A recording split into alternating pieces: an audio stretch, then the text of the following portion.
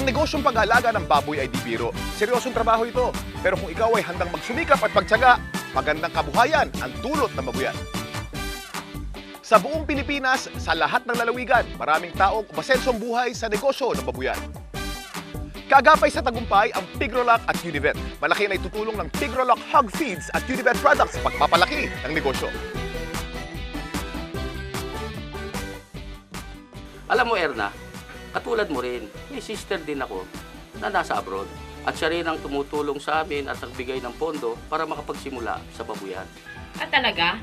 Iniwanan ka rin ng baboy ng ate mo? Actually, sister-in-law ko yun. Siya ang nagbigay sa amin ng pondo.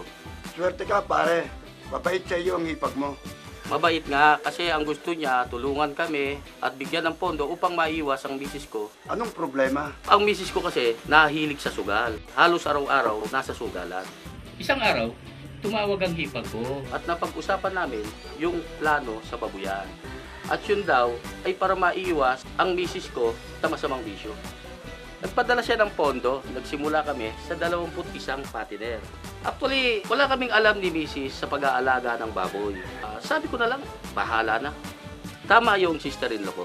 Natigil sa pagsusugal ang misis ko. Actually, wala kaming anak eh. Pag nanganganak yung mga inahin namin, yung mga biik ang tinuturing naming mga anak. At doon namin binubuhos yung oras namin at binibigay yung tender loving care. Salamat sa hipag ko. Baboy Kampiyon Tip. Wala ikakatakot kung mahusay ang iron supplement. Ang Jectran Premium ay tinuturok sa ikatlo at ikalabing-4 na araw ng mga biik. Meron tong zinc na pampalakas ng resistensya, kontra bansot, kontra anemia.